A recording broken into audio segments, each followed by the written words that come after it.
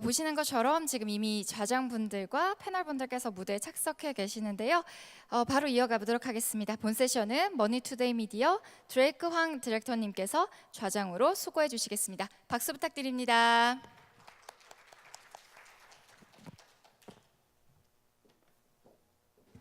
네, 그냥 앉아서 말씀드리겠습니다. 잘 들리세요? 네, 반갑습니다. 저는 머니투데이 미디어의 혁신 전략을 담당하고 있는 황종덕 부장이라고 합니다. 드레이크 황의 이름은 잊어버리시고요. 황종덕 부장입니다. 반갑습니다. 오늘 세션은 어쩌면 제가 생각하기에는 이틀 동안의 컨퍼런스에서 가장 어려운 파트가 아닐까 생각을 합니다. 그러니까 토크나이제이션이라고 하지만 정확하게 말하면 토큰 경제를 얼마나 많이 확장시킬 것인가, 그렇다고 한다면 토큰 경제에 대한 설계를 되게 잘해야 될 것 같고요. 그 설계를 어떻게 어떤 영역에서 하면 좋은지에 대한 말씀을 전문가들이 해주실 것 같습니다. 오늘 자리에 모신 우리 발표자분, 또 발표하시면서 패널하실 분, 패널분들 소개를 해드리겠습니다. 제 옆으로 SK텔레콤의 김종승 팀장님 자리해 주십니다. 박수 부탁드리겠습니다. 팀장님 옆으로 우리 뭐 설명이 필요 없을 것 같은데요. 그러니까 김열매 한화투자증권의 수석연구원님 자리 모셨습니다. 네. 그 옆으로 순서가 좀 바뀌었습니다. 우리 디콘 토큰 이코노미 설계의 맥킨지라고 불리죠. 디콘의 임성은 대표님 자리하셨습니다. 뭐 잘 아시는 펜부시 캐피탈의 수석 애널리스트고요. 또 해시가드라고 하는 블록체인 프로젝트의 코파운더를 맡고 있는 톰 황 오셨습니다. 그다음 익스체인지 거래소의 기술 인프라를 제공하고 계시는 비톨라의 알리츠라 대표님 자리에 오셨습니다.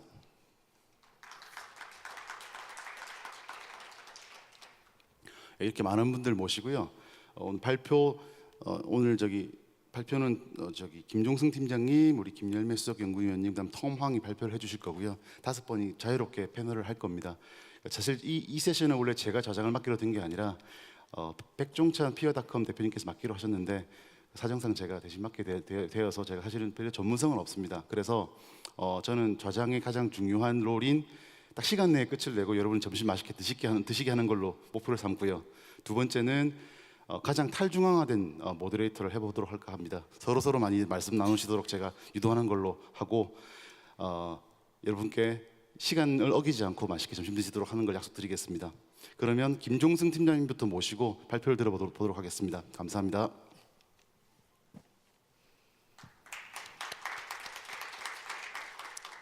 네, SK텔레콤의 김종승입니다. 네, 조명이 너무 밝아서 기분이 좋은데요. 네. 오늘 이제 제가 드리고 싶은 얘기는 이 어떤 이제 게임 체인저로서의 자산의 토큰화입니다. 사실 이제 자산의 토큰화에 대해서 우리가 얘기하기 전에 이제 기존에 이제 수많은 암호화폐가 등장을 했고, 그 다음에 새로운 블록체인 기술로 여러 서비스들이 시도되고 있었는데, 과연 이 블록체인 기술이 이제 무엇을 바꾸고 어떤 혁신을 이제 만들어내고 있느냐, 이 몇 가지 이제 그 틀로 한번 보도록 하겠습니다. 이 이제 구조는 가트너에서 이제 정리한 건데 그 일부분을 이제 재구성을 했습니다.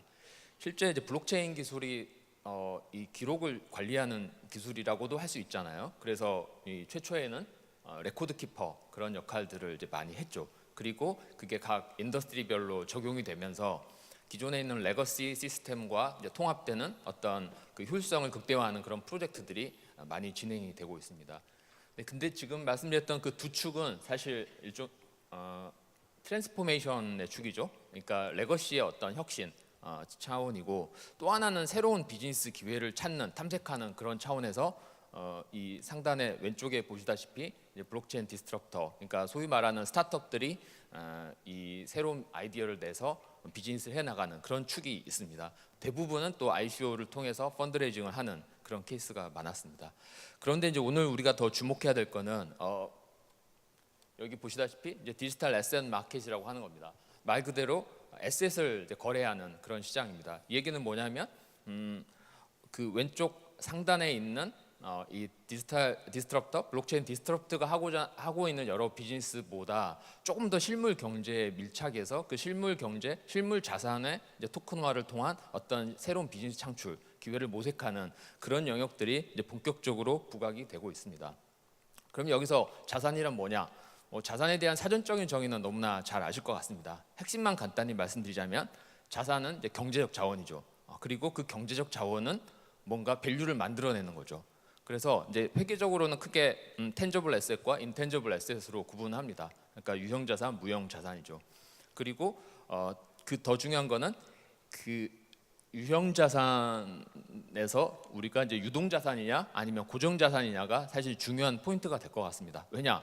지금 자산을 토큰한다는 거는 기본적으로 자산의 유동성을 높이는 거죠. 왜 자산의 유동성이 중요하냐인데 그 이미 20세기 초에 이제 케인즈가 처음 문제를 제기해서 그 이후에 수많은 경제학자들이 논의를 했지만 자산의 리퀴디티가 낮으면 그 자산이 만들어내는 밸류가 제한적이라는 거죠. 그래서 이 자산의 밸류를 더 높이기 위한 여러 가지 모델로서 이제 자산 유동화에 대한 노력들이 이제 계속되고 있습니다. 그런데 바로 이 토커나이제이션이 그런 자산의 유동성을 높일 수 있는 이제 중요한 방법이 이제 될 수 있다는 거죠.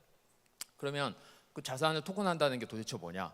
자산은 여러 가지 속성들이 있습니다. 권리가 있습니다. 그 첫째 이제 보시다시피 뭔가 이 자산으로부터 나오는 인컴을 얻을 수 있는 권리가 있겠죠. 그리고 누군가에게 이전할 수 있는 권리, 아니면 그 자산의 프로퍼티 권리 자체를 더 높일 수 있는 거, 그리고 제일 마지막으로는 사용권, 그리고 점유권 등이 있습니다. 그런데 여기서 이제 크게 두 축으로 구분해 보자면 뭔가 자산으로부터 나오는 밸류를 이제 공유하는 나눠 갖는 거는 말 그대로 시큐리티 토큰, 증권형 토큰이 될 가능성이 높고요. 그리고 자산의 사용권, 점유권은 유틸리티 토큰이 될 가능성이 높습니다. 근데 둘 다 그 두 가지 토큰 다 결국은 이 실물 자산의 어떤 일종의 디지털 증표 역할을 하면서 실물 자산이 그 디지털 증표의 그 토큰의 가치를 지지하는 그런 구조를 가지게 됩니다. 그리고 그 권리라고 하는 이 프로퍼티의 라이트라고 하는 것들은 실제 토큰 홀더에게 이전되는 그런 부여되는 그런 구조가 자산의 토큰화라고 생각하시면 되겠습니다. 근데 되게 많은 시도가 있었어요 지금까지. 여기 보시다시피 부동산뿐만 아니라 전력 자원이든 아니면은 수력 자원이든 이런 자원을 활용한 그런 토커나이제이션 또는 금과 같은 상품, 그 다음에 심지어는 인적 자원, 휴먼 리소스를 가지고 토큰화하는 그런 케이스들도 등장을 했습니다. 이 이외에도 예를 들면은 아트 영역, 그 다음에 미디어 컨텐츠 영역, 그리고 이 파이낸셜 에셋 영역도 토큰화하는 시도들이 꾸준히 계속되고 있습니다. 그러면 이렇게 자산을 토큰함으로써 얻을 수 있는 밸류가 뭐냐? 이제 이게 중요하겠죠. 어떤 베너핏이 있기 때문에 우리가 자산을 토큰하고자 하느냐? 가장 중요한 것은 리퀴디티입니다. 당연하죠. 리퀴디티를 높여야지, 그러니까 높은 리퀴디티가 그 가치를 더 높일 수 있다는 그 기저에 깔려 있는 믿음 때문에 자산의 유동성을 높이기 위한 방법으로 토커나이제이션을 시도합니다. 두 번째는 분할 소유가 가능해져요. 그렇죠. 우리가 예를 들면 부동산 자산 같은 경우에는 사실 하나의 거래가 일어나는 것도 되게 복잡한 여러 가지 과정을 거치지만 실제로 투자하고 소유하는 것들이 누구에게나 다 열려 있지는 않습니다. 왜냐? 규모가 이제 크기 때문에 그렇죠. 그래서 이 토큰화를 통해서 말 그대로 더 소규모 영역으로 분할해서 점유할 수 있는 것들이 이제 가능해지고 소유할 수 있는 게 가능해지기 때문에 새로운 투자자를 더 유입하는 효과도 있습니다. 그리고 또 자산의 토큰화는 리스크도 훨씬 더 분산시킬 수 있고요. 그리고 또 보시다시피 여러 가지 엔트리 베리어도 낮출 수 있는 거고, 그리고 캐피탈 레이징할 수 있는 새로운 기법이 될 수가 있습니다. 그러니까 일종의 크라우드 펀딩, 그러니까 보통은 부동산 시장을 예로 들면은 대부분 다 사모 시장이죠. 그래서 사모 시장들이 이제 공모 형태로 갈 수 있는 그런 기회를 제공하기도 합니다. 그리고 이게 토큰화를 통해서 이 네트워크 효과를 만들어낼 수 있는 부분도 있고, 맨 마지막으로는 간단한 거지만 실제로 상당 부분 많은 행정적인 어떤 절차 여러 가지로 복잡한 절차로 인해서 수반되는 그런 이제 비용 문제가 더 절감될 수 있는 그런 포인트가 있습니다. 그러면 이제 몇 가지 그 부동산 사례를 들어서 자산을 어떻게 토큰화하고 어떤 것들이 실제 서비스로 사용되고 있는지 케이스를 짧게 말씀을 드리겠습니다. 당연히 전체 글로벌 자산 중에 부동산 자산이 가지고 있는 비중이 당연히 제일 높겠고, 그리고 이 부동산 자산 중에 특히 이제 커머셜 상업용 부동산 같은 경우에는 지속적인 어떤 7% 이상의 성장률이 유지가 되고 있습니다. 그래서 쭉 조사를 해봤습니다. 도대체 이제 몇 개 정도의 부동산 관련한 그런 토큰화 프로젝트가 있느냐? 최소한 44개 이상이 있겠죠. 물론 이 중에서도 문제 있는 프로젝트가 있을 수는 있지만 적어도 이제 우리가 널리 알려져 있고 우리가 한번 들으면은, 그러니까 암호화폐 특히 투자하시는 분들은 이게 인지하고 계실 만한 프로젝트가 여럿 있습니다. 그 중에 이제 몇 가지를 제가 간단히 말씀을 드리겠습니다. 하나는 그 이제 크라우드 빌라라고 하는 서비스인데, 이건 일종의 휴양지, 콘도 이런 프로젝트입니다. 말 그대로 토큰으로 내가 가고 싶은 어떤 휴양지에 콘도에 예약하고 그다음에 그 서비스를 이용하는 거죠. 어떻게 보면 되게 단순하죠. 단순한 건데 이게 이제 투자자 유입부터 그다음에 그 토큰의 사용까지 일련의 그 과정을 만들어냄으로써 이 회사는 이제 새로운 어떤 가치들을 이제 추구합니다. 이미 2,500만 불 정도의 프로퍼티를 이미 이 멤버로 확보를 한 상태고요. 이 뭐 이를테면은 크라우드 토큰 하나면은 1박을 할 수 있는 권리를 받고 그걸 통해서 그 서비스를 이용하는 그런 구조라고 생각하시면 되겠습니다. 애들 또 토큰 설계하는 것들은 뭐 이따가 뭐 전문가께서 또 말씀을 하시겠지만 이게 단순하지는 않습니다. 그러니까 전체적인 어떤 지분의 성격을 가지고 있는 토큰과 그다음에 사용의 성격을 가지고 있는 토큰을 구분해서 이 실제 토큰 이코노미가 이제 좀 과거와는 다른 방식으로 워킹할 수 있는 그런 구조들을 가지고 가고 있습니다. 또 두 번째 케이스는 이 위워크와 같은 공유 오피스 모델입니다. 그러니까 이렇게 생각하시면 되죠.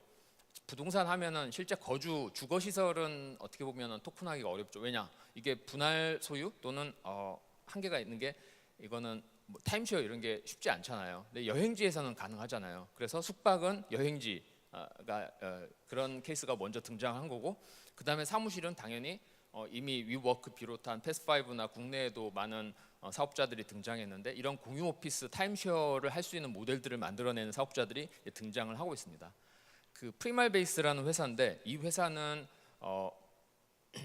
이미 암스테르담과 베를린에 그 오피스를 가지고 있습니다. 그래서 이 회사의 토큰 하나 가지고 실제 특정한 시간 동안 그 공유 오피스를 사용할 수 있거나, 아니면 프라이빗한 공간은 뭐 얼마 시간 동안 사용할 수 있거나, 이런 구조를 만들어 냈습니다. 다 이 회사들이 추구하는 것들이 결국은 투자부터, 그러니까 파이낸싱부터 실제 고객들이 그 자산을 이용할 수 있는 것까지 다 확장을 해서 서비스를 할 수 있고, 이러한 유사한 모델들이 여러 개 등장을 하고 있습니다. 근데 우리가 여기서 좀 더 주목해야 될 게, 지금 앞서 보셨던 이 빌라형, 그러니까 말 그대로 여행지에서 사용하는 서비스, 또 오피스 서비스도 있지만, 실제 이런 다양한 에셋을 토큰화하는 사업자들을 위한 플랫폼 비즈니스 하는 곳도 몇 군데가 있습니다. 뭐 대표적으로는 토큰 이스테이트라고 하는 회사인데, 이 회사는 부동산 자산에 좀 더 포커스가 되어 있는 회사죠.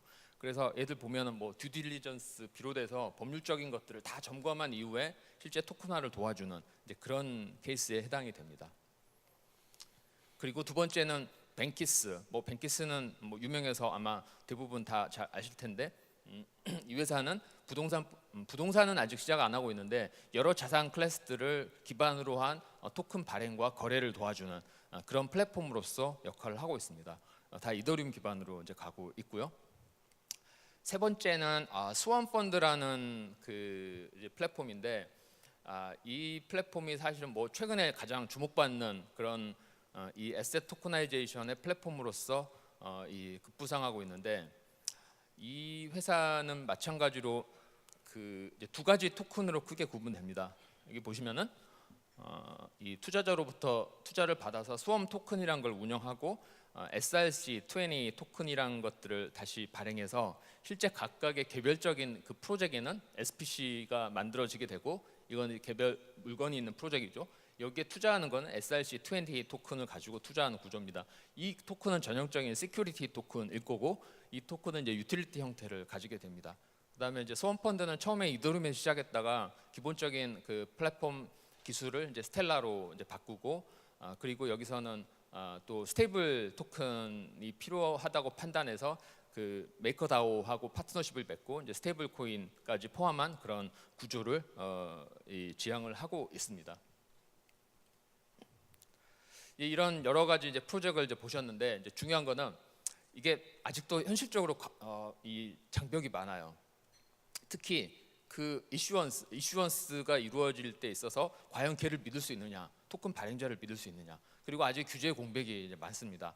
사실 이런 에셋 토커나이제이션이 원활하게 할 수 있는 국가가 많지는 않습니다. 그리고 가장 중요하다고 저는 생각하는데 이 근본적인 질문이 여기 보시다시피 그 토큰을 소유하고 있다는 게 실제로 그 자산을 소유하고 있다는 것들을 그걸 어떻게 매핑할 거냐.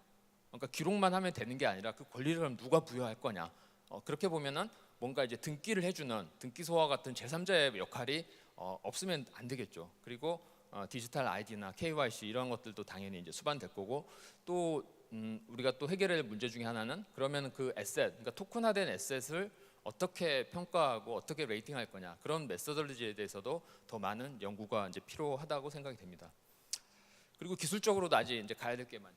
이게 이제 아직은 대부분의 프로젝트가 이더리움 베이스인데 이제 트랜잭션 피 이슈도 해결을 해야 되잖아요. 예를 들면은 특정한 우리가 그 부동산 자산을 액세스하고 이용할 수 있는 권리를 부여한다고 하면 내가 이제 위워크와 같은 공유 오피스를 예로 들면 사무실에 들어가고 그 다음에 내가 몇 시간 동안 사용할 수 있는 권리를 받았으면 액세스를 뭔가 컨트롤 해야 되잖아요. 근데 그런 과정마다 다 스마트 컨트롤을 돌리게 되면은 이제 수수료 문제가 이제 발생을 하죠.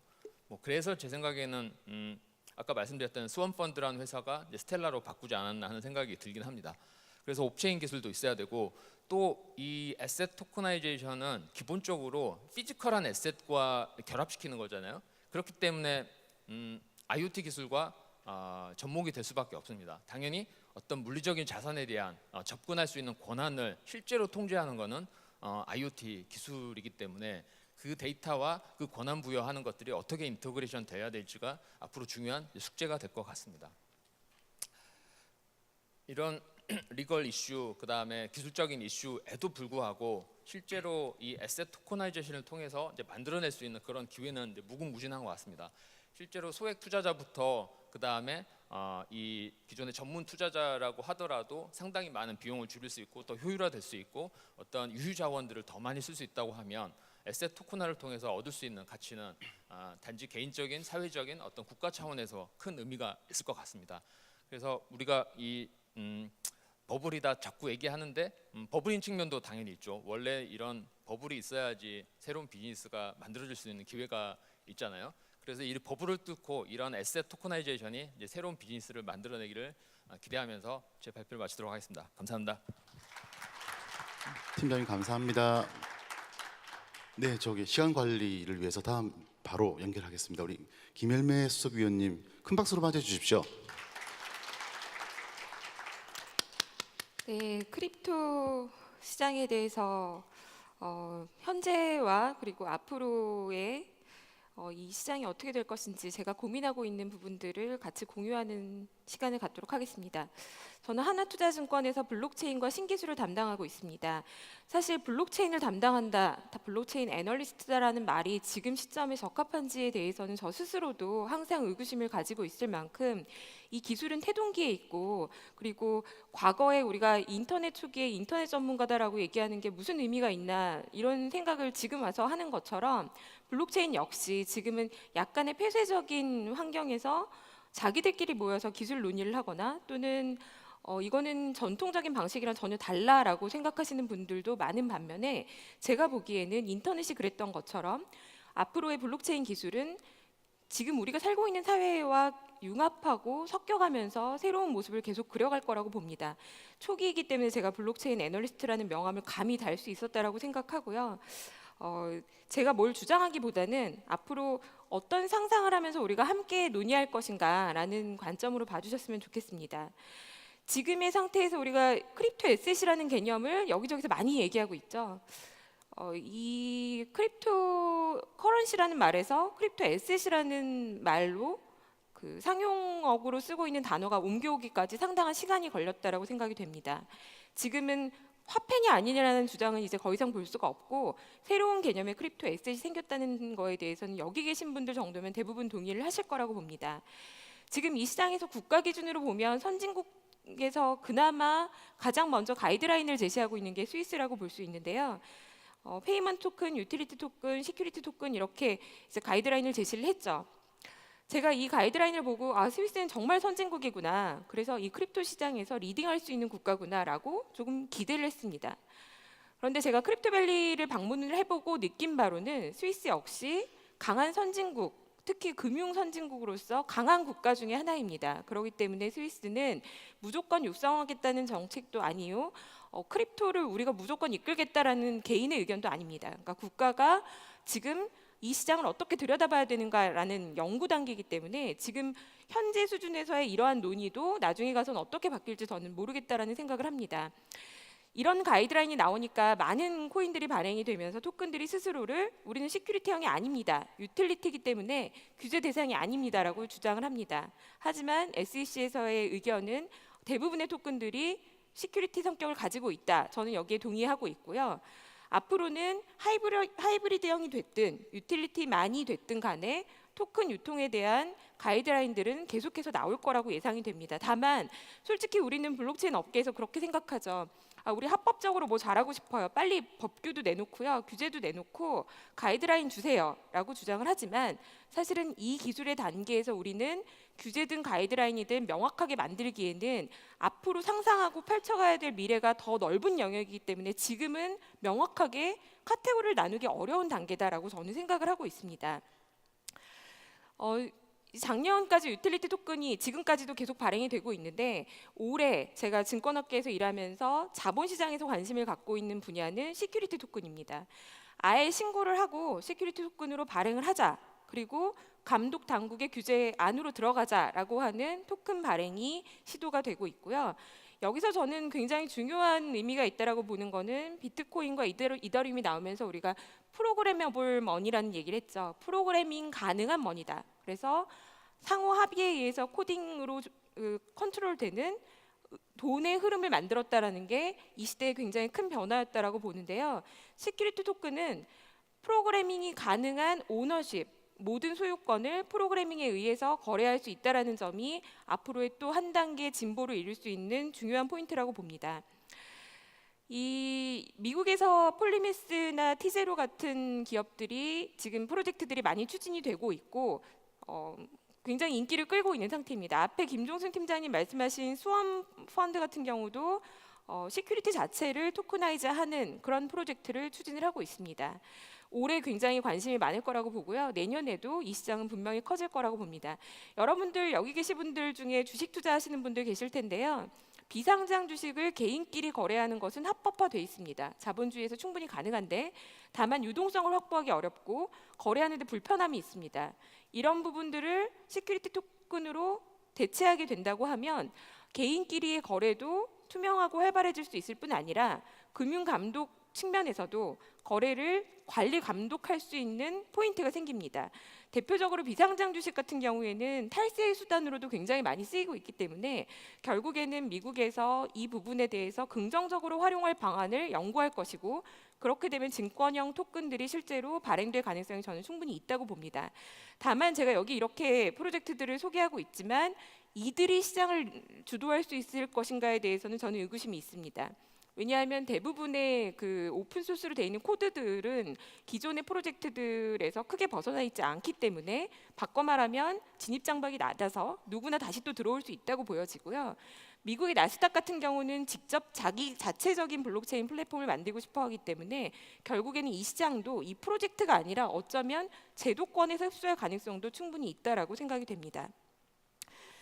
오픈 파이낸스 네트워크 같은 경우에도 이런 프로젝트 중에 대표적인 사례입니다. 부동산이나 사모펀드나 주식이나 채권, 많은 자산들을 토크나이즈해서 거래하는 플랫폼 비즈니스를 얘기를 하고 있고요. 보시는 것처럼 왼쪽에 지금 현행 거래되고 있는 시스템에서는 상당히 많은 이해관계자가 서로 보내고 확인하고 검증하고 청산 결제까지 많은 시간이 소요되는 반면에 오른쪽처럼 네트워크를 구성하면 비용과 시간을 절감할 뿐 아니라 투명성과 효용을 높일 수 있다라는 프로젝트입니다. 그런데 이게 제가 여기 글로 쓰진 않았지만 중요한 부분이 있습니다. 아까 김종승 팀장님 발표에서도 마찬가지로 부동산을 토크나이즈하는 아이디어는 굉장히 우수한 아이디어고 뛰어난 아이디어인 만큼 사람들에게 인기를 끌 수 있습니다. 강남의 아파트를 100명이 100개의 토큰으로 쪼개서 소유하고 자산 가치 상승을 같이 누릴 수 있다면 좋은 거 아닌가요? 게다가 이용도 할 수 있다면 좋은 거 아닌가요? 우리가 이렇게 생각할 수 있는데 생각보다 실물 자산의 거래에 대한 소유권 문제는 단순한 문제는 아닙니다. 특히나 우리 같은 선진국에서는 등기부 등본에 기록이 되는 소유권에 대한 이전 문제가 그렇게 쉽게 우리끼리 기술만으로 해결될 수 있는 부분은 아니기 때문에 시간은 충분히 필요하다라고 저는 생각하고 있습니다. 여기까지가 제가 자본시장에서 일하는 사람으로서의 지금까지의 흐름을 말씀드린 거고요. 이거는 여기서부터는 저의 개인적인 생각입니다. 순전히 제가 그냥 상상하고 있는 세상인데요. 지금 이 왼쪽에 보시면 리얼 이코노미라고 하는 GDP를 우리가 계산하잖아요. 대한민국 경제 규모는 얼마고 그래서 환율은 얼마가 되고 무역 규모는 얼마다 이런 실질 GDP를 산출하는 기준들이 있습니다. 실물 경제를 기반으로 자본주의가 몇백 년 동안 발전을 하면서 체계적으로 쌓여온 세계입니다. 그런데 인터넷 세상이 커지면서 지금 디지털 세계가 계속 커지고 있고 디지털 경제계가 점점 커져서 나중에는 이 리얼 이코노미가 몽땅 디지털 이코노미 안으로 들어갈 가능성이 저는 높다고 봅니다. 웬만한 기업들이 다들 디지털 트랜스포메이션 하겠다. 우리의 모든 자산과 인프라와 실제 유통되는 것들을 디지털로 바꾸겠다라고 얘기하고 있기 때문에 궁극에 가서는 모든 경제가 디지털 세상 안으로 들어갈 거라고 보는 거고요.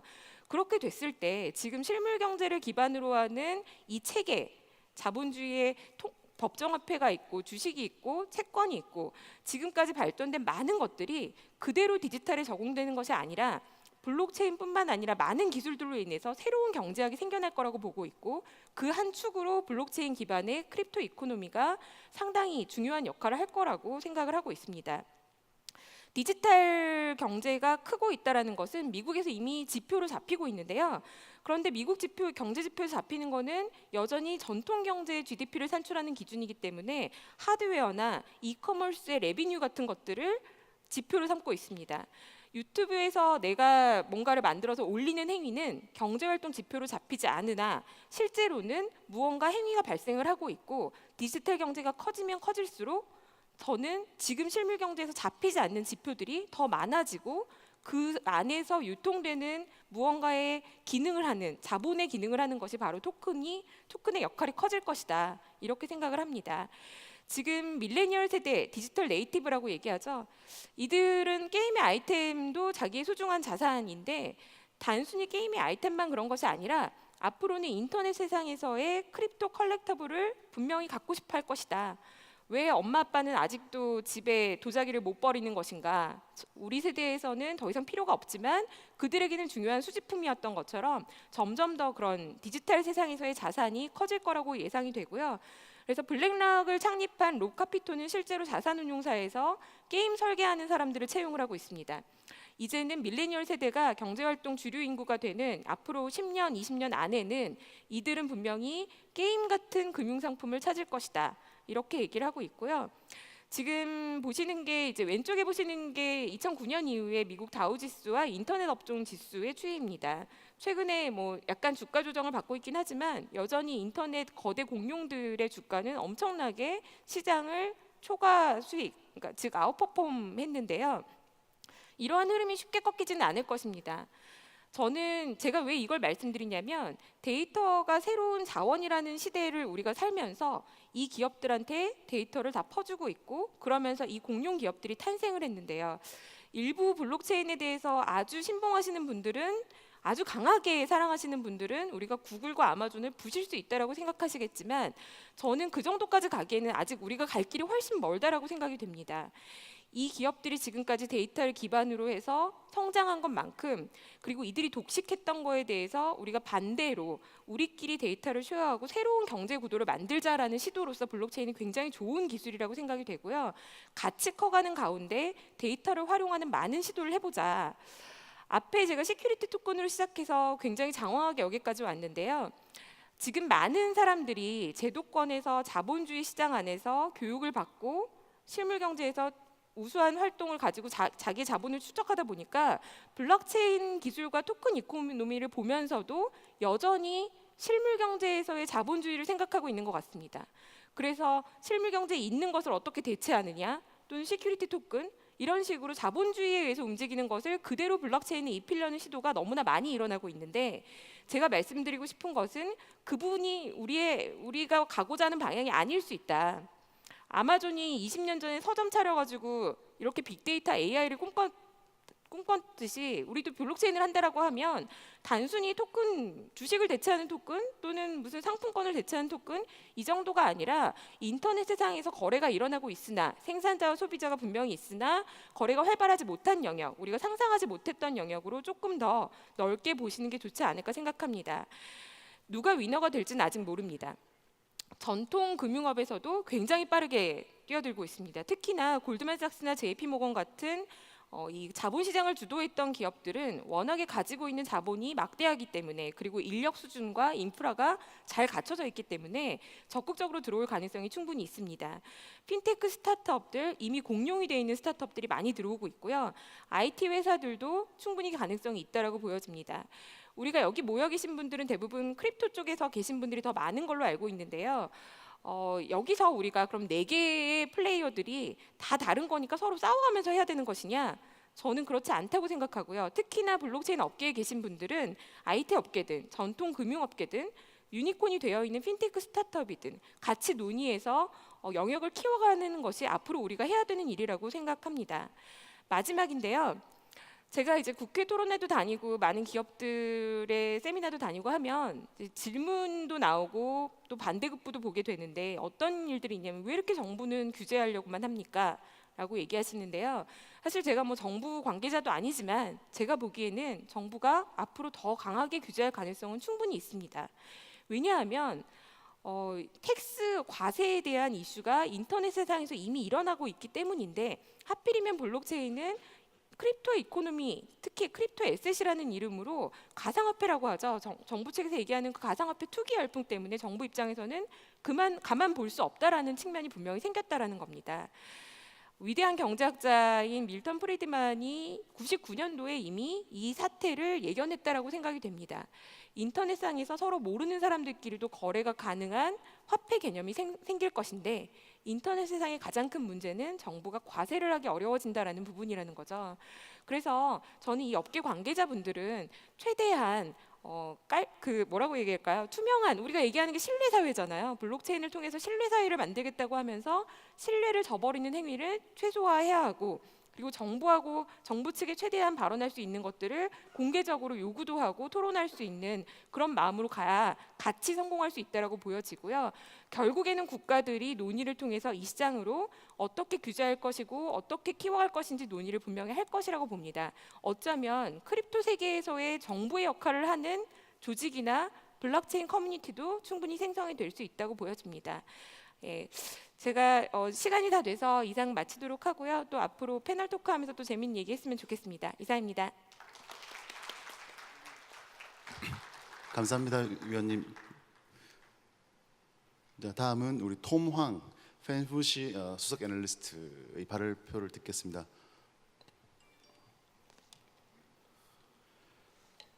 Hello everyone. 저기 Tom, I'm sorry.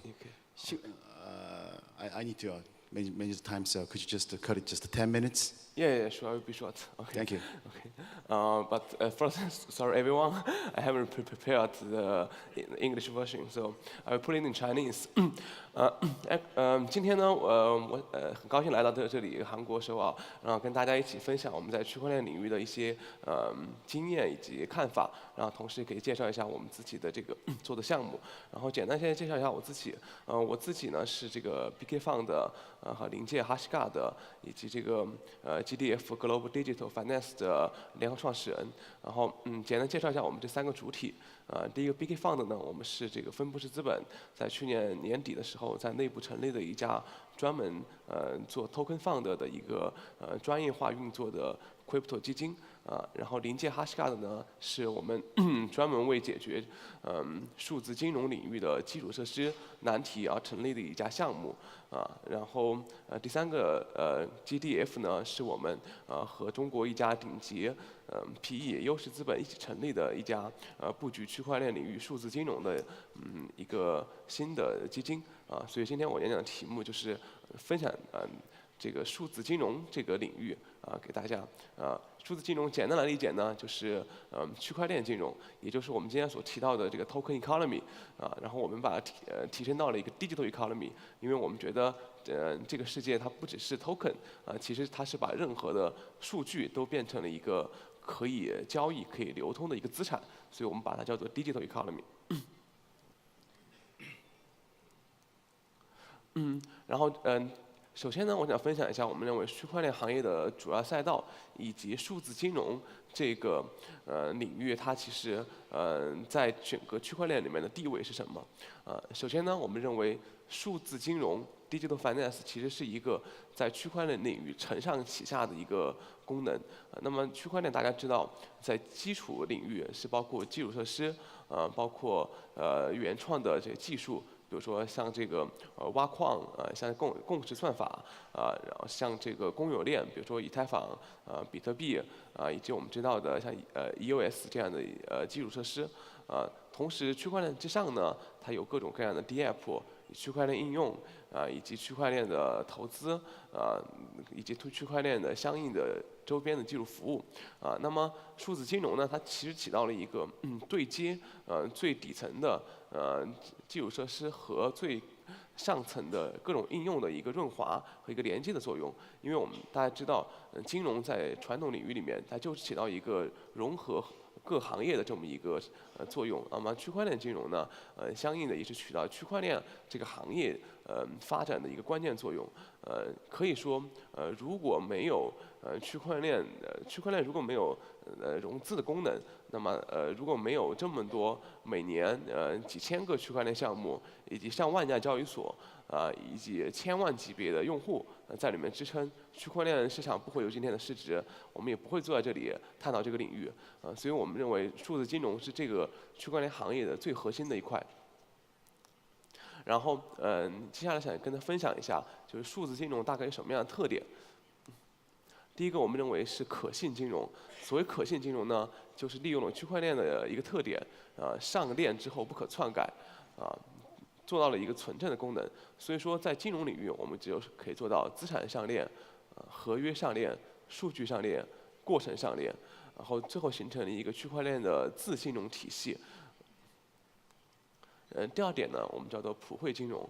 所以普惠金融呢，就是说，区块链上的交易资产发行它是没有国界之分的也没有投资人具体位置在哪里，社会层次在哪里这样的一些顾虑所以说今天的区块链金融它其实是一个哪怕这个项目在美国在欧洲我们都可以很快的速度能够投到它所以它其实为广大的这个全球投资者提供了一个很便捷的交易和投资的途径和购买区块链金融产品的一个门槛非常低。第三个特点呢，我们叫去中介金融。为什么呢？因为区块链有一个很大的特点，就是它去掉了中间商，去掉了资金融通的中间商。所以说它把这个其中中间商的这个利润给去掉了。我们用这个中文里最接地气的一句话，我们叫做这个没有中间商赚差价，所以它可以提高金融服务的效率，这个其实大家在这个比如说区块链融资中呢，就会发现，以前的融资我们需要说由一个这个 financial advisor 去一个个找项目，那今天的融资区块链式的融资，你可以直接把你的投资款打到一个地址上面去，所以这就是也去掉了这个中介。第四点呢，我们从去中介金融衍生出来，我们叫零摩擦金融。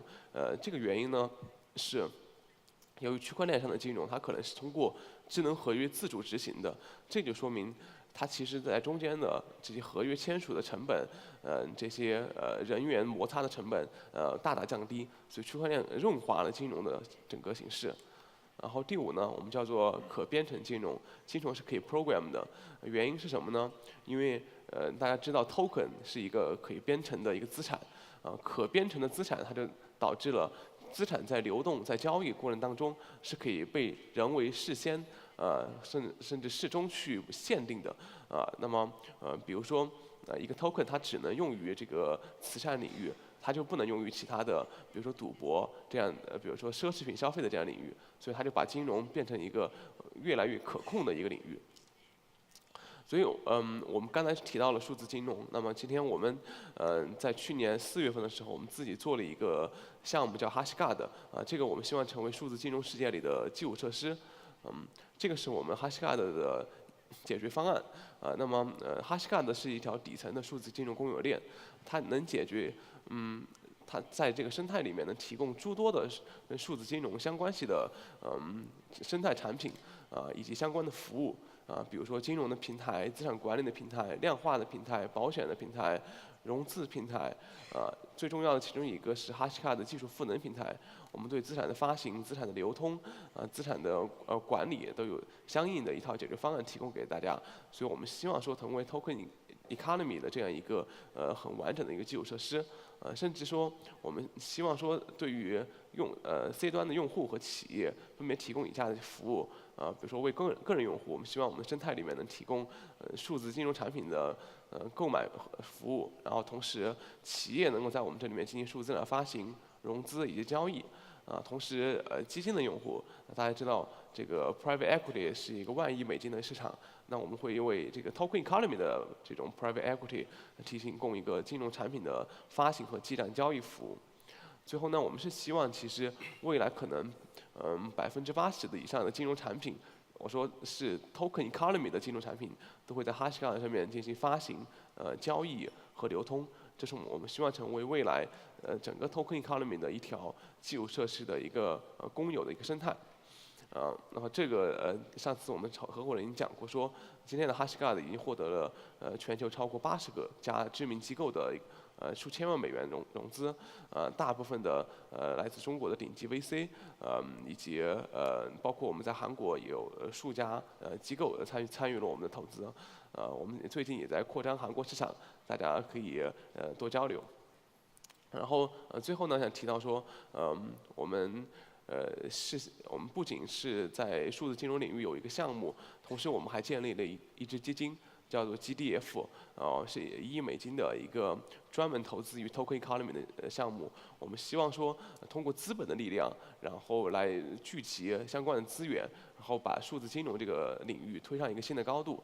也希望大家有在韩国我们有项目可以合作，然后同时在各个赛道的布局上面，我们已经布局了包括媒体、交易所、关键的项目，种种的一些提前的一个布局。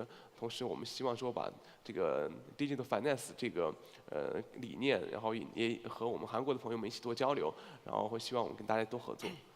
谢谢大家。我们希望说，在未来的数字金融领域能够跟大家一起共同发展。谢谢。 네, 감사합니다. 일단 발표를 빨리 끝내주셔서 대단히 감사드립니다. 저기 세 분이 발표하는 동안 혹시 질문 있으십니까? 발표자분들한테? 잘 안 보이는데 어떻게 질문 있으세요? 네, 일단 없으신 걸로 알고요. 제가 질문드린 여쭤본 이유가 점심시간이 다가오니까 배가 고프실 것 같아서 압축적으로 패널분들 의견을 서로 주고받는 걸로 해서 이 세션을 마무리 짓기 위해서 여쭤본 겁니다. 그러면 질문은 패널 토의 다 끝나고 다시 받을 때 받겠습니다. 불 좀 다시 낮춰주시고요. 그 발표를 들으셨는데 제가 질문드리기보다 이 발표에 대해서 임대표님께서 디콘의 임대표님께서 한번 질문을 열어주시면 좋을 것 같습니다.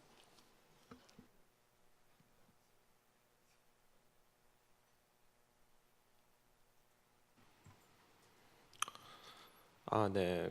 해시가드가 이제 제공하는 것은 결국 이제 베리피케이션의 문제잖아요. 사실은 저는 이제 디지털 에셋이 크게 두 가지 종류를 생각합니다. 하나는 하이브리드가 있고요, 완전 디지털 에셋이 있고요. 이것을 결정짓는 것은 이제 블록체인 온체인상에서 이제 온체인 거버넌스라고 하는 의사결정 구조가 자산의 통제를 완전하게 이루느냐 마느냐 차이인데요.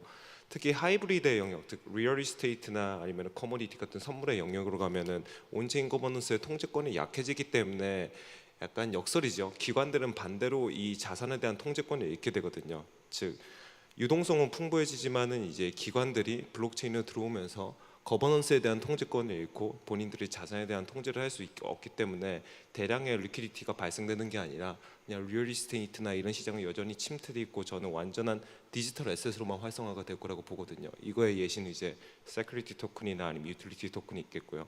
그는 이 방면에서 해시가들과 기관들의 이런 베리피케이션이나 온체인 거버넌스에 대한 고민을 어떻게 해결해 줄 수 있는지 의견을 좀 여쭤봐도 될까요?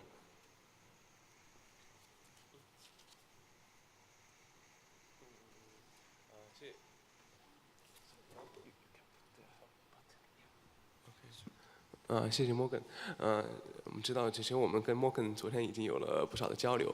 那么在 Token Economy 这个方面呢，我们觉得这个 On-chain 的这个 Governance 的治理结构是非常重要的一个环节。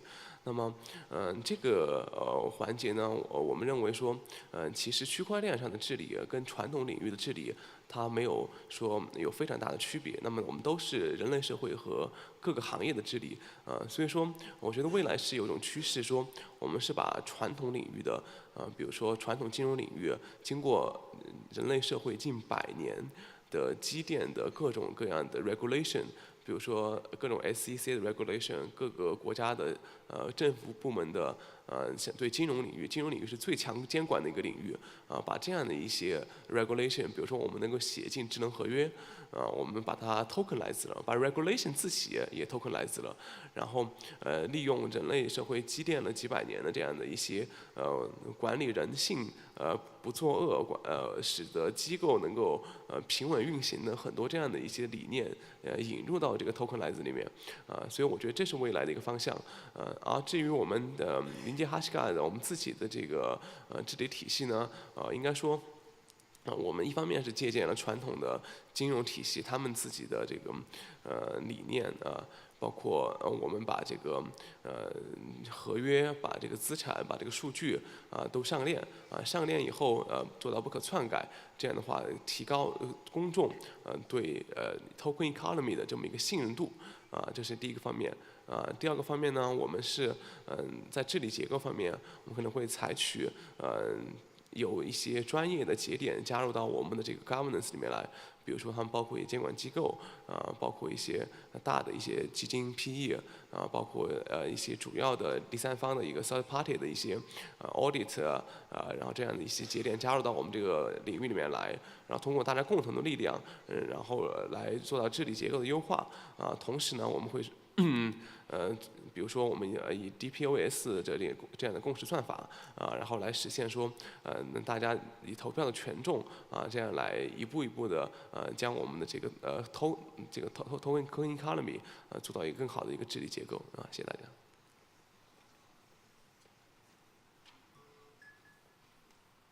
답이 되셨습니까, 임 대표님? 네, 저는 좀 이렇게 대중적으로 좀 편한 질문을 드려보고 싶습니다. 저도 잘 몰라서 저도 배워야 되니까요. 임 대표님께 좀 오히려 역으로 여쭤보고 싶은 게 앞선 두 분의 발표가 먼저 해시까지 포함해 3분의 발표가 있었는데 저는 계속 그 생각이 들거든요. 이게 이코노미가 그 자체의 정당성을 가져가려면 결국에는 현재 있는 그 디지털 이코노미와 또 뭐 일단 중앙화된 이코노미를 부르겠습니다. 간에 결국 접점들이 생길 거고요. 그 접점들 간에서 내가 왜 이 디지털 이코노미를 가지고 지금 있는 중앙화된 이코노미에 비해서 이걸 써야 되는지에 대한 해명이 돼야 사실은 확정이 될 거라고 생각을 하거든요. 근데 아까 특히 자산의 경우, 에셋의 경우는 사실 뭐 부동산도 있고 뭐 여러 가지가 있지만 내가 굳이 이걸 써야 되느냐 아니면 그냥 쉽게 말해서 이 서비스가 피아트 머니 진영에서 제공하는 일종의 뭐라고 멤버십 같은 뭐 그런 걸로도 가능할 것 같은데 왜 굳이 내가 토큰을 써야 되느냐라는 질문이 계속 나올 것 같아요. 이 부분을 어떻게 이겨낼 수 있을지에 대한 궁금함이 좀 있습니다. 임 대표님께 여쭤보는 게 좀 웃기긴 한데 이걸 먼저 김 팀장님한테 먼저 여쭤보고 그다음에 임 대표님 의견을 들어보고 이러면 어떨까 싶습니다. 네, 좀 더 기술적인 내용은 뒤에서 말씀해 주실 테니까 저는 개념적인 얘기만 잠깐 드리자면 이제 그 질문이 제일 많습니다. 뭐 부동산 이 자산을 빌려주는 이 일종의 이 쉐어드 서비스가 지금도 되고 있는데 왜 이거를 토커나이즈를 해야 되냐에 대한 이제 근본적인 이제 질문들이 계속 있는 거고요. 그리고 현재 기술 수준에서 블록체인을 가지고 적용한 케이스들을 보면 뭐 엄밀히 따지면은 블록체인이 아닐 때와 비교해서 더 혁신적이라고 말할 수 있는 부분들은 사실상은 거의 없다고 생각하실 정도입니다. 그럼에도 불구하고 우리가 그 블록체인 기술 기반으로 트랜스포메이션하는 게 의미가 있다고 생각하는 거는 결국은 이게 토큰이라고 하는 게 결국은 이 디지타이제이션과 토커나이제이션이 어떻게 다르냐 이제 질문 던져보면 결국은 토커나이제이션도 디지타이제이션 중에 하나인데 토커나이제이션은 일종의 파이낸셜 속성을 더 담고 있는 거죠. 그래서 과거에는 어떤 이제 거래 사이드와 그다음에 액세스 컨트롤하는 사이드, 그다음에 그거를 다시 재판매하는 그러니까 세컨더리 마켓, 서드 마켓들이 이제 만들어질 수 있는 이런 경로들이 되게 각각의 프래그먼트 돼 있다고 하면 이 블록체인 기반으로 토커나이제이션을 했을 경우에는 그게 말 그대로 하나의 프로그래머블한 그런 구조로 이루어지면 지불 결제에서부터 시작해서 액세스 컨트롤, 그 다음에 그거를 권한 위임, 또 나아가서는 이 여기에 밸류에드 서비스하는 것까지 결국은 이 스트링 위에서 계속 파생될 수 있기 때문에 이게 가져오는 밸류는 지금은 별로 차이가 없어 보이지만 그 이후에 무궁무진한 기회들이 얹혀질 수 있지 않을까 하는 이제 기대감도 한편 있는 것 같습니다. 네, 임 대표님. 네. 종숙님께서 워낙 좋은 말씀해 주셔서 어떤 말씀 드릴지 모르겠는데요. 첫 번째로는 이제 토커나이즈를 왜 했냐 할 때 솔직히 지금 만약에 세큐리티 토큰이나 어떤 토큰들이 생겨도 일반 사용자 입장에서는 큰 차이점이 없을 겁니다. 아마 대부분의 실제로 나스닥 같은 기관들에서도 뭐 기관들이 크게 참여해서 거래소를 준비하고 있고요. 우리가 바라보는 대기업들이 증권형 토큰을 낸다고 해도 이거는 저희가 지금의 주식을 거래하는 것과 똑같이 될 겁니다.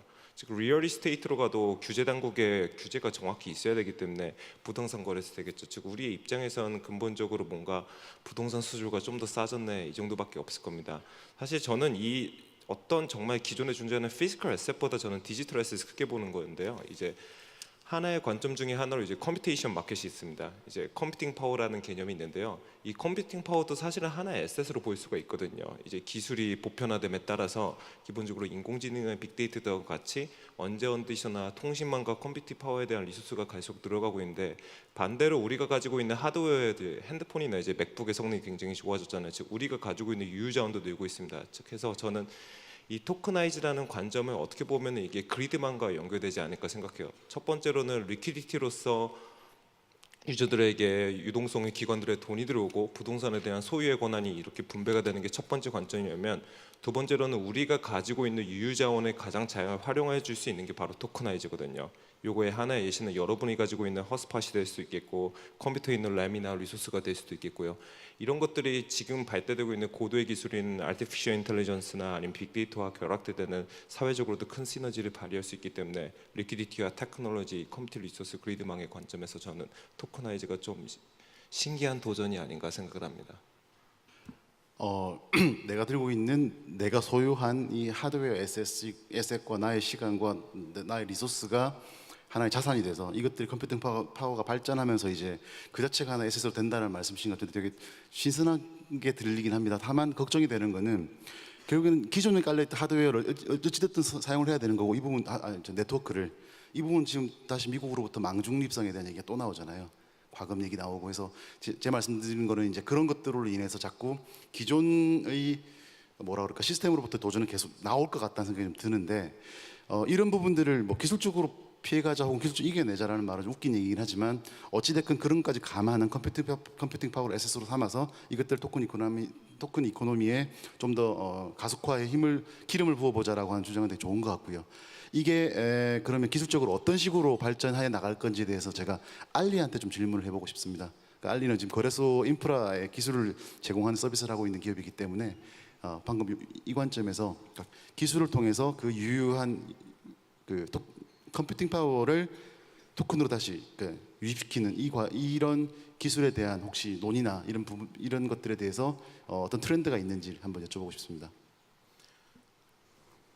So the computing power is used for creating consensus in regards with cryptocurrencies, Bitcoin, Ethereum, and other public blockchain.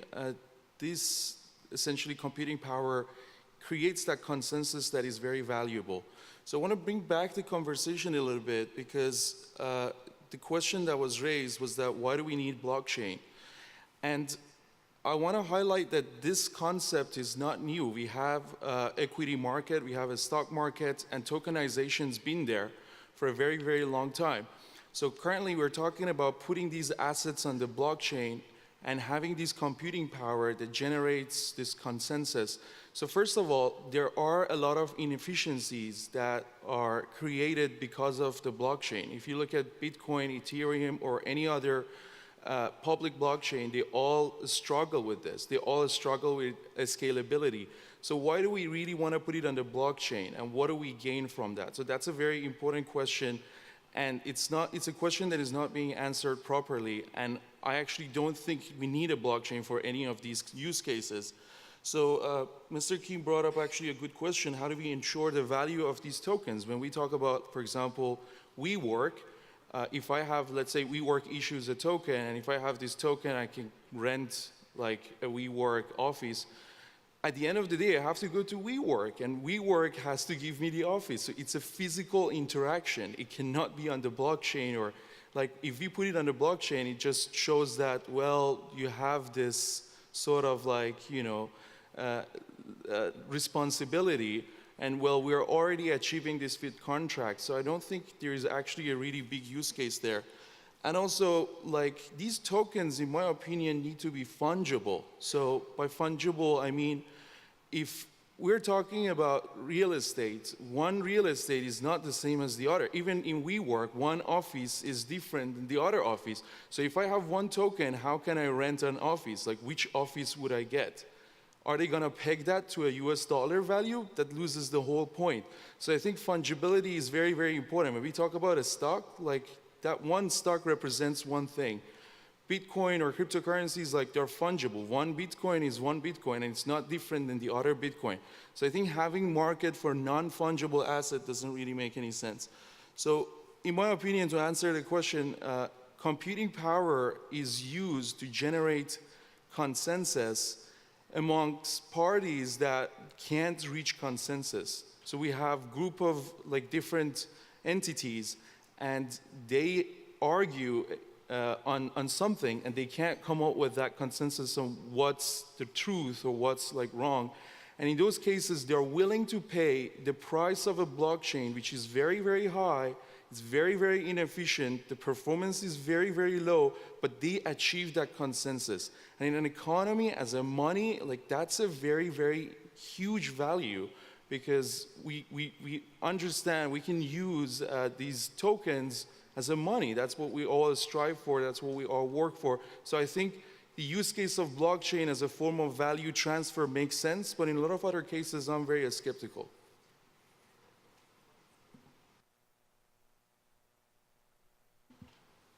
네, 대답 감사합니다. 그 패널 분들끼리 자발적으로 질문하실 의향은 전혀 없으세요? 네. 다음. 刚才其实那个大家谈到，就是很多我们为什么要 tokenize 这个话题那么我们一直我自己一直给大家分享一个小故事，就是我把这个 tokenize 比喻成一个我们是把这个利益集中在一起共享的这么一个过程那么我们有一句话叫做为什么要 tokenize 呢？是为了把我们都放在一条船上。这个什么意思呢？就是以前我们在传统企业的经营当中，这个各个主体之间的利益是割裂的。比如说今天我们的这个，比如说我们韩国的巨头这个三星电子它的这个生产手机的这个利润那么这个是供应商赚供应商的钱这个品牌商赚品牌的钱。PR 公司赚 PR 的钱，然后呢，这个用户呢是享受到了这个手机带来的便利但是呢，这几个方面的利益，他们其实不是统一的因为这个对于用户来讲，他自己的利益是跟公司的和跟那个品牌的利益是相互矛盾的但是呢，我们如果今天有了一个 token 在里面的话，实际上来说，我们一旦这个生态系统变得越来越大，每一方都是受益的因为 token 的这个升值，它其实带来的是所有这个 stakeholder 的这个利益的一个提升，所以在这个情况下的话，所有的这个通过 tokenize 就是把大家的这个利益 interest 也 tokenize 了，把大家的时间也 tokenize 了所以说把我们的这个组织形式也把它 tokenize 了这个应该算是近500年来，就是从公司的这个制度到现在的一次最伟大的革命谢谢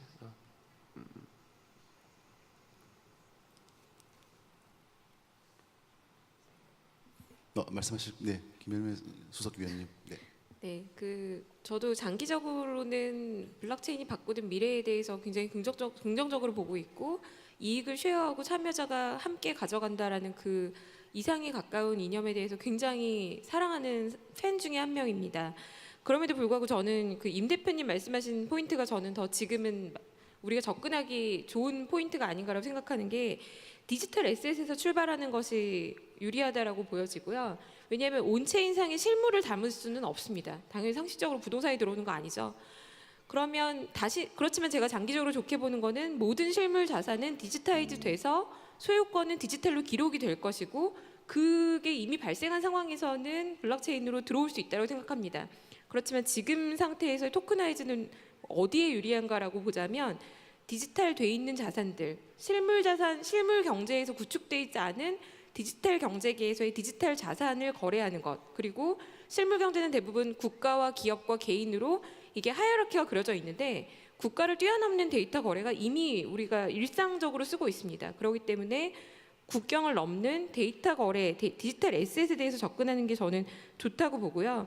센트럴라이제이션과의 싸움이냐라는 부분에 대해서는 저는 좀 다르게 접근해야 된다고 보는 게 중앙집권이 무조건 나쁜 것은 당연히 아닙니다. 인류의 역사가 체계를 투명하고 정당하게 그리고 좀 더 공정하게 만들려고 한 거고 제가 여기서 좋게 보는 토큰 이코노미의 긍정적인 부분은 합의에 의해서 프로그래밍으로 자동적으로 실행이 가능하다. 그래서 프로그래밍을 할 때 우리가 굉장히 논의를 깊이 해야 되는데 반면에 프로그래밍에 의해서 집행되는 것에 대해서는 개개인의 사리사욕이나 검열 이런 것들이 어려운 이코노미이기 때문에 디지털 세상 그리고 검열 저항 이런 쪽에서의 우리가 출발을 하는 것이 좀 더 맞지 않나 저는 그렇게 생각합니다.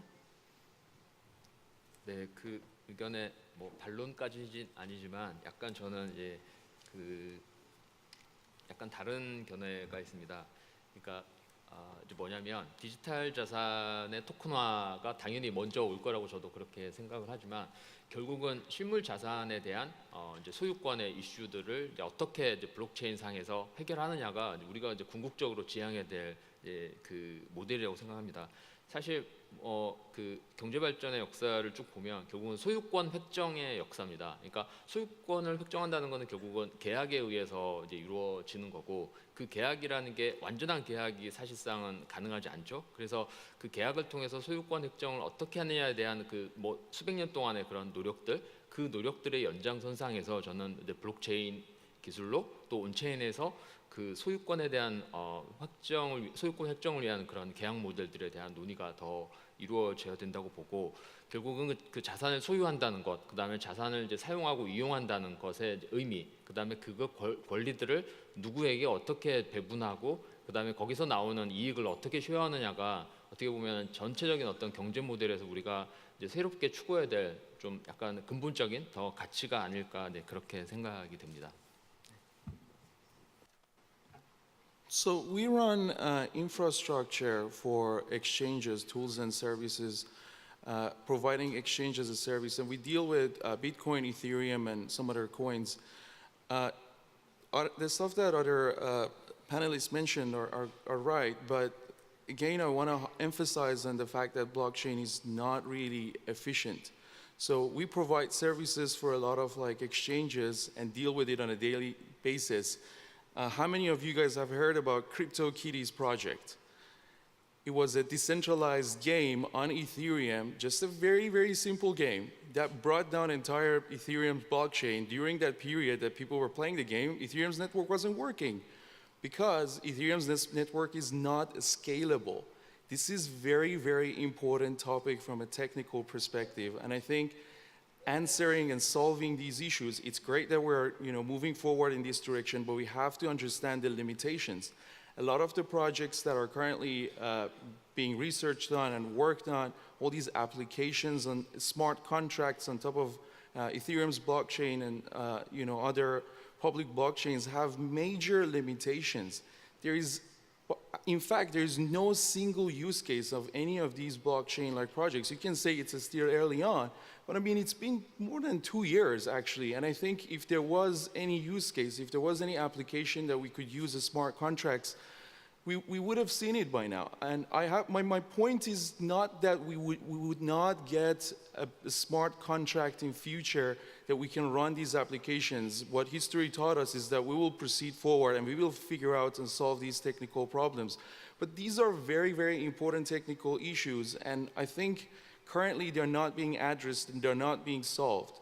So what we end up with is that we're working on a lot of ideas, a lot of applications on top of the blockchain, but yet not addressing the fundamental infrastructural issues that exist with the ecosystem.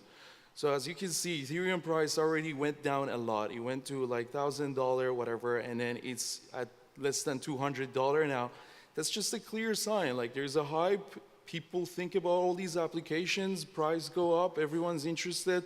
People understand that there is no particular use case out of it. And I think at the end of the day, if something doesn't provide a use case, it's just a speculation because no one's going to use it for anything.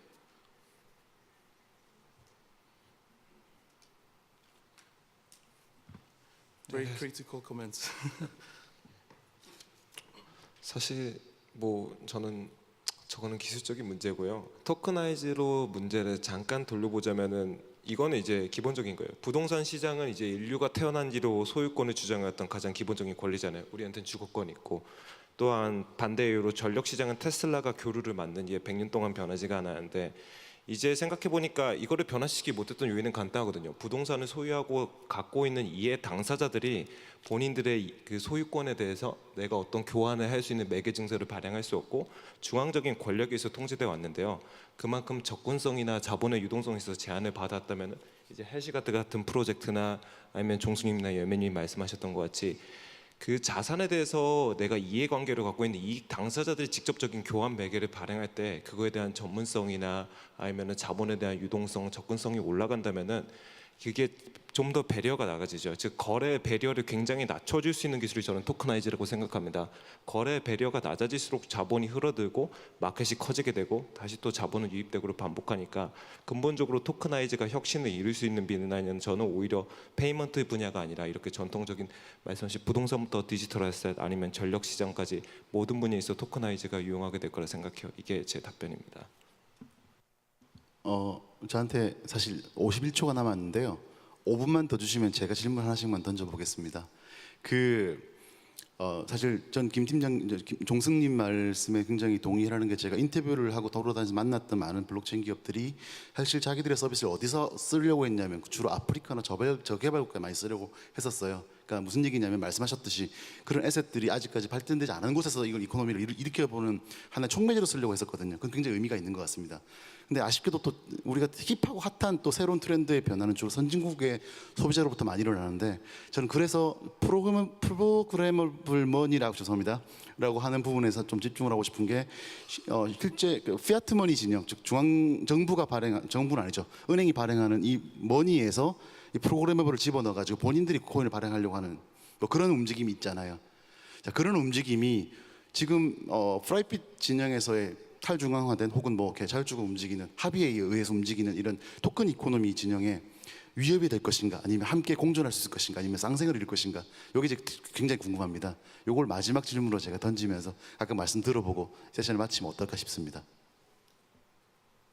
예, 임 대표님 다시 하시겠어요? 감사합니다.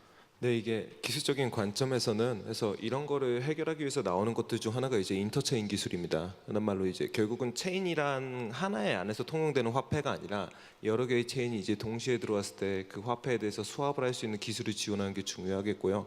두 번째로는 사실 화폐라는 거는 똑같아요. 기본적으로 내가 토큰을 찍어낸다고 해서 가치가 생기는 게 아니라 밖에서 그만큼의 현금, 캐시가 버닝이 되어야 됩니다. 근데 상식적으로 볼 때 아프리카 쪽에서 해지는 캐시는 버닝은 의미가 없습니다. 가슴 아프게도.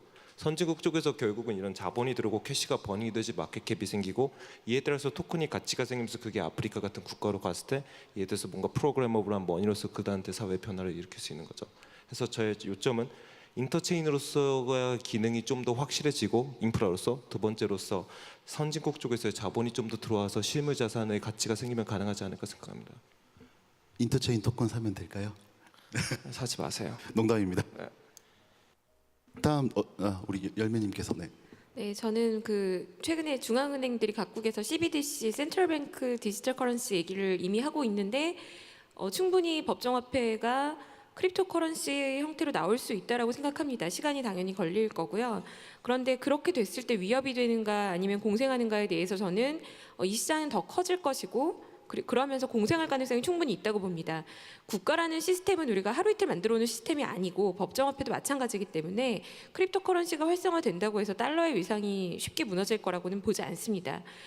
그런데 오히려 이런 디지털 커런시가 법정 화폐 기반으로도 나오게 된다면 이 시장은 오히려 더 활성화될 가능성이 저는 높다고 보고요.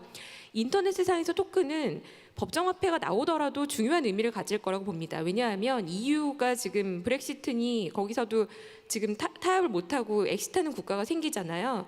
전 세계가 원 월드가 되는 원 컨트리가 되는 법은 없습니다. 국가 간에도 이해관계가 발생하고 있고 블록체인 기술로서 제3자를 배제하고 각자의 플레이어가 피어 간의 거래가 가능하다라는 이 개념은 국가 간의 거래에서도 마찬가지이고 국경을 뛰어넘는 토큰 이코노미는 그래서 죽지 않고 계속해서 커져갈 시장이라고 저는 생각하고 있습니다. 네, 저도 짧게 말씀을 드리겠습니다.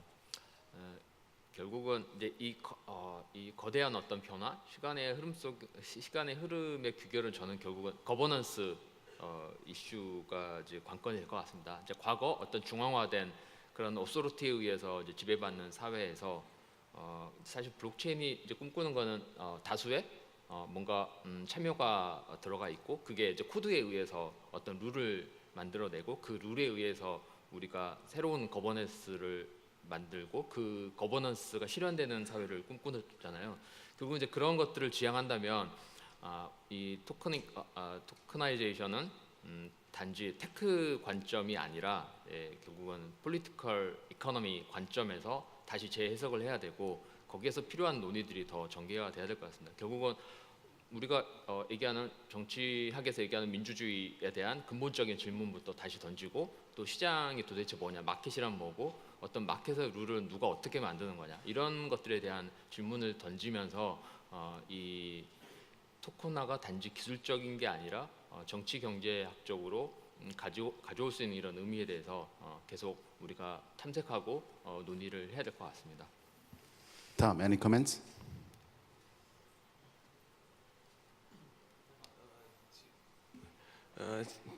OK，其实那个，刚才提到了那个就是到非洲的 1 minute, thank OK you. 的问题。那么实际上我在想提出一个问题，大家可以我们一起来探讨，就是其实通证化对于 globalization 全球化的影响。那么大家知道，其实互联网出现以后，大家发现世界是平的。打开一个网站，你可以到每一个角落去，然后但是呢，这几年由于那个民族主义的也有兴起，比如说像美国总统提出了 American First， 那么其实地区保护又开始加强，但是呢，区块链出现以后呢，它实际上又可能在 token 这个层面上把全球的金融体系重新融合在一起，那么这个事情其实可能会缩短发达国家和发展中国家的一些差别。那我们发现，在一些新兴的市场，像这个越南、像非洲像这个印度，那么实际上当地的这个人们对于这个token 和 crypto 都是非常非常的有热情，那么所以说在这个层面上的话，我们实际上可以实现新一轮的这个全球金融体系的这么一个整合，也许这个意义并不亚于当年美国通过的那个布雷顿森林体系就把美元作为全球货币的这一块所以那么我觉得未来token economy 其实越来越成为主流那么我们可以多探讨它的相关的影响。谢谢。Thank you. 谢谢。Ali, last comment. What Mr. Keep said about democracy and tokenization, that's definitely true. It really enables new markets, new ways that people can invest. What we saw with ICO market was how retail investors could participate in early stage startups. And democratization of investment, democratization of asset transfer and stuff like that is very interesting, and it really creates that democracy and empowers individuals, which is, I believe, at the end of the day, really the goal of the blockchain technology in general. 네, 여기 말씀 또 하실 분 있으신가요? 아니시면 예, 여기까지가 두 번째 세션이었습니다. 열심히 참여해 주신 패널분과 발표자분들께 큰 박수 부탁드리겠습니다. 네, 이어지는 점심 맛있게 드시고요. 저녁에서 마치겠습니다. 감사합니다.